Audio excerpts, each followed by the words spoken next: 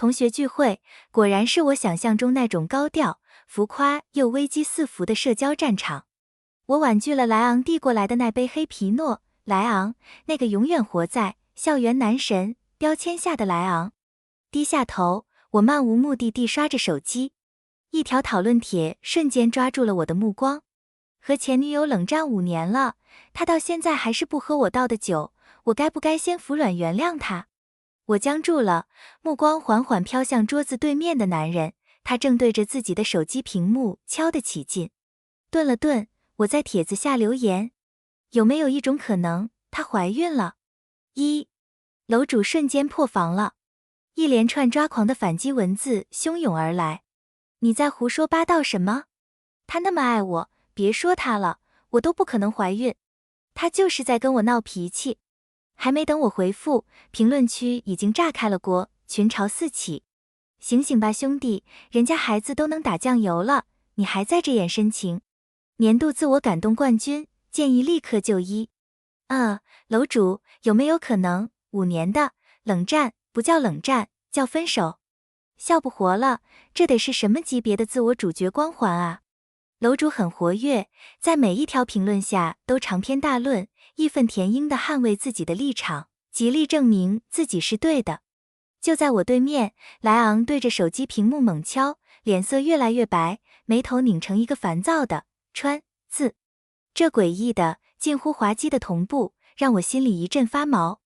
我一直知道莱昂有点自我中心，但今天这简直像一面我不想照的镜子。我是怀孕了，不过孩子不是他的。这点小风波在热闹喧嚣的同学会里连个涟漪都没能持续太久。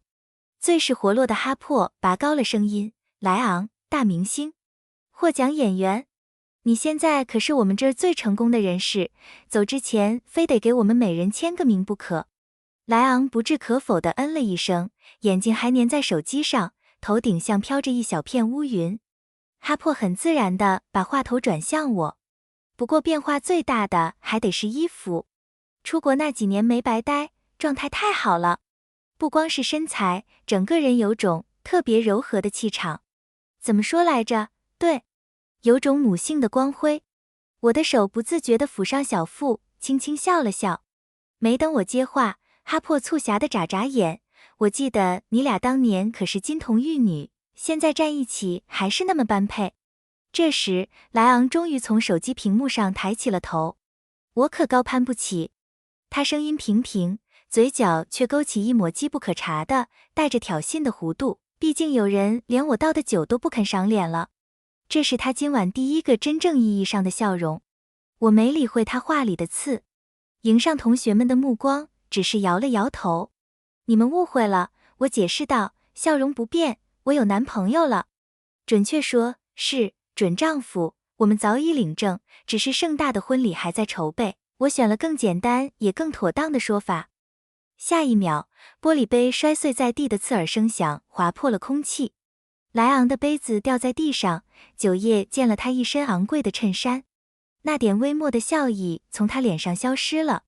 他站起身，那双变得幽深暗沉的眼睛死死锁着我，垂在身侧的手攥得那么紧，我几乎能听见指节咯咯作响的声音。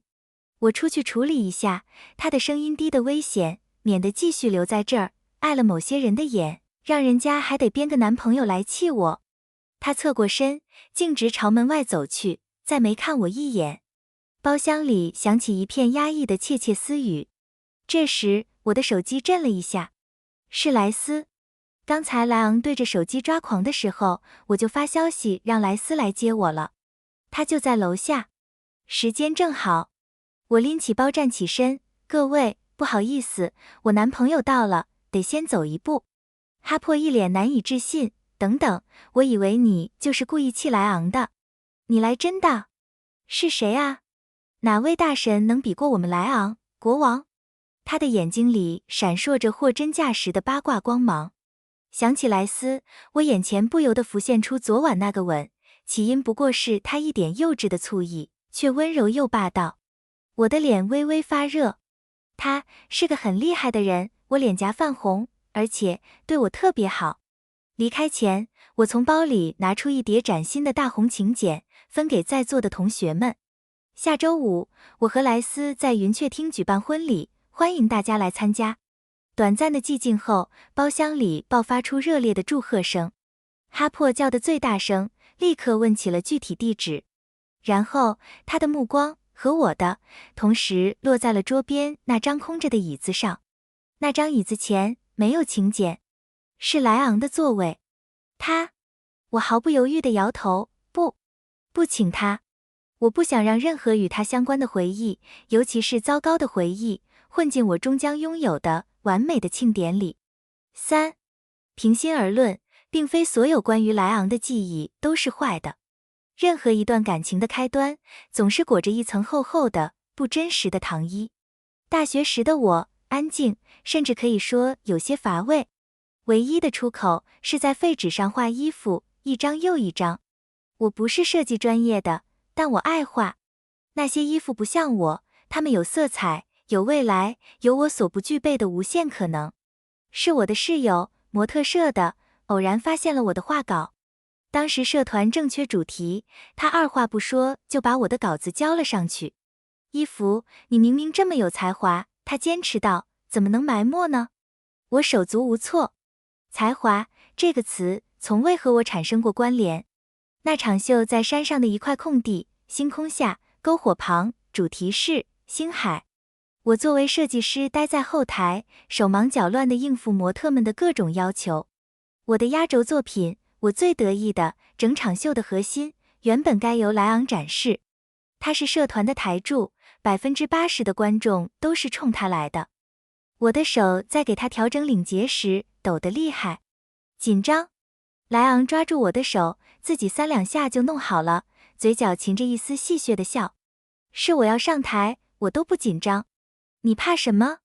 他顿了顿，俯身凑近，近得我能闻到他身上的香水味。他有一种游刃有余的迷人，是那种深知自己魅力的撩拨。还是说，他压低了声音，因为我长得太帅了。自信过了头，容易变成油腻，但莱昂，怎么说呢？他确实有那个资本。仰头看着他那张近乎完美的脸，我一个字都说不出来，只觉得更晕了。该他上场了。他点点头，转身要走，却在和我擦肩而过时停下了脚步。他侧过头，对我露出一个很真切的笑容。逗你的。他轻声说，别担心，这是我见过最棒的设计。那一瞬间，我的心跳如擂鼓。我看着他走上台，篝火的光跳跃在衣料上，让那些细碎的亮片仿佛万千星辰汇聚于他一身。全场寂静，莱昂是发着光的。那场秀如梦似幻，而梦醒之后，我又变回了那个安静、不起眼的我。但在庆功宴上，莱昂径直走过来，坐到了我旁边。我下意识地往旁边挪了挪。他胳膊肘撑在桌上，挑眉看我，怎么又紧张了？他凑近，我的心跳立刻漏了半拍。或许是酒精作祟，又或许是一时冲动。我仰起脸，说出了这辈子最大胆的一句话：怎么，你喜欢我啊？话说出口，我自己先吓了一跳，莱昂显然也愣住了。我们俩对视着，沉默在尴尬中蔓延了几分钟。空气变得粘稠、燥热，距离在不知不觉中缩短，又像是刻意为之，直到一个柔软的触感落在我的唇上。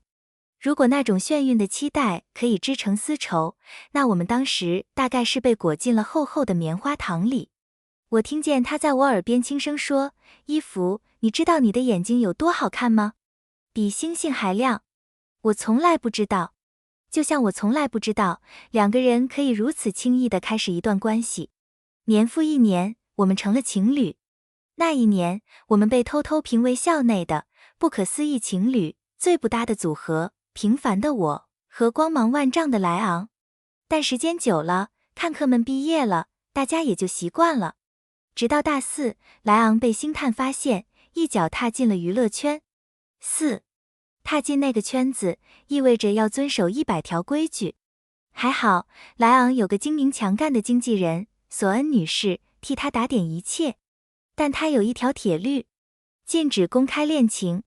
潜台词是，他不能有摆在明面上的女朋友。莱昂为此和索恩女士争执过好几次。最僵的那段日子，他甚至停掉了他手头所有的工作。我们那时住在校外的小公寓里，尽管莱昂装作无所谓，说正好有时间琢磨剧本，但他身上的焦躁和压抑，我能清晰地感受到。最后是我先妥协了。别担心我，我对他说，去做你该做的事就好。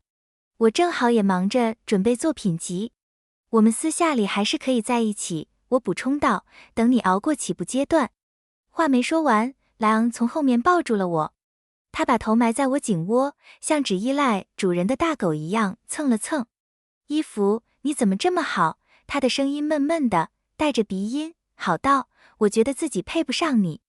等我成了大明星，我一定向全世界公开你，他承诺道，天王老子也拦不住。我们要买一栋带花园的大别墅，就按你喜欢的风格。井边的诗意是凉的，但我心里觉得滚烫。可是，人是很难共情过去的自己的。时间久了，莱昂演了几部网剧，开始有了一些名气。聚会时，知道我们关系的朋友会问起，我只能尴尬的沉默，然后低头猛灌咖啡。天，那咖啡真苦，苦得我眼睛发酸。其实，很多东西不一样了。我也并没有自己以为的那么无坚不摧。学校里开始流传我们分手的谣言。我不再去学校，更多时间待着。我把自己埋在设计稿里，等莱昂回家。但他越来越红，回家的时候也越来越少。很快，我更多是在屏幕上见到他。他那张脸注定了他接的角色大多是深情男主。拥抱、深情的凝视、吻戏都成了家常便饭。我在屏幕外看着他对着别的女人用那种深入骨髓的眼神许下海誓山盟。我必须承认，他是个好演员。好到有一天晚上，我终于没忍住，在他难得回家时问出了那个一直梗在心里的问题。说实话，你和那些搭戏的女演员会动心吗？莱昂顿了一下，随即凑过来狠狠吻住我。瞎想什么呢？怎么可能？他说。我信了。但在夜深人静的时候，那份不安总会卷土重来。这种感觉在第2年他主演的那部青春偶像剧爆火时达到了顶峰。那部剧的主题曲大街小巷都在放。一天夜里，他参加完剧组的庆功宴回来，醉得一塌糊涂，连衣服都没脱，澡也没洗。我费了9牛2虎之力才把他弄到床上。就在这时，莱昂突然抓住我的手腕，将一个绵长而轻柔的吻印在了我的手背上。他以前撒娇时也常这样，但这一次他带着醉意傻笑，眼里似乎有泪光。瑟拉菲娜，他含糊地嘟囔着，让我亲亲你，别走。莱昂所有的剧我刷了不下100遍。我知道那句台词，那是爆火剧里的关键对白，但名字不对。瑟拉菲娜是他剧中女主角演员的名字。我不记得后来是怎么把它摆正躺好的，只记得那一夜，他反反复复地喊着瑟拉菲娜，喊着剧中女主角的昵称小鱼。忽然，多年前在网上看过的一句话，毫无预兆地闯入脑海。他们穿着别人的戏服，流的却是自己的眼泪。然后，我的眼泪，我自己的眼泪掉了下来。都说安全感要自己给，可面对自己才是最难的事。我一夜没睡，等到莱昂终于醒来，我彻底失了控。我死死盯着他，近乎歇斯底里地质问昨晚的事，质问他和瑟拉菲娜的关系。这一次，他没有试图安抚我。莱昂叹了口气，眉头皱得死紧，你到底闹够了没有？声音不大，脸上却写满了疲惫和不耐烦。我解释过无数次了，伊芙，我不想再解释了。如果你总是这样疑神疑鬼，我们在一起还有什么意思？我扯出一个干巴巴的笑，你说的对，是没意思了。这句干脆的认同似乎终于激怒了他。他看着我的眼睛，冷得像淬了冰。他起身，摔门而去。不一会儿，我收到他的信息，等你想清楚了，我再回来。但先于莱昂回来的是另一个人。他的经纪人索恩女士。索恩女士确实是个很负责的经纪人。她带来了一张银行卡，她把卡放在桌上，开门见山。她知道我在准备作品集，申请国外硕士，这笔钱足够支付我留学的一切费用。条件很简单，离开莱昂。胡小姐，她的声音公事公办，你是聪明人，要考虑长远。她精明锐利的目光扫过我，仿佛能将我看穿。剧火了，炒 CP 是必然。你现在就受不了，以后怎么面对无休无止的窥探？他轻身，声音放软，话语却带着一种隐秘的力道。你知道吗？莱昂已经因为你错过好几次机会了。你难道真要这样拖着他，也拖着自己？这对你们俩都是最好的选择。临走前，他停下脚步，深深地看了我一眼，在我耳边留下一句低语，去照照镜子。那话像一句嘲讽，但当我真的走到镜子前，看到自己红肿的眼睛、憔悴的面容、乱糟糟的头发，那一刻，我感觉被逼到了悬崖边，无路可退。人生重大的决定，往往就在一瞬间。我拿起那张卡，拖着行李箱走出大门，做了最后一件自欺欺人的事。我给莱昂打了最后一个电话，他没接。我换成了短信：我们结束了，照顾好自己。发出之后，心里泛起一丝残酷的幽默。他是个成年人了，有什么好照顾的？我们的关系开始于一句漫不经心的玩笑，结束于一条言简意赅的短信。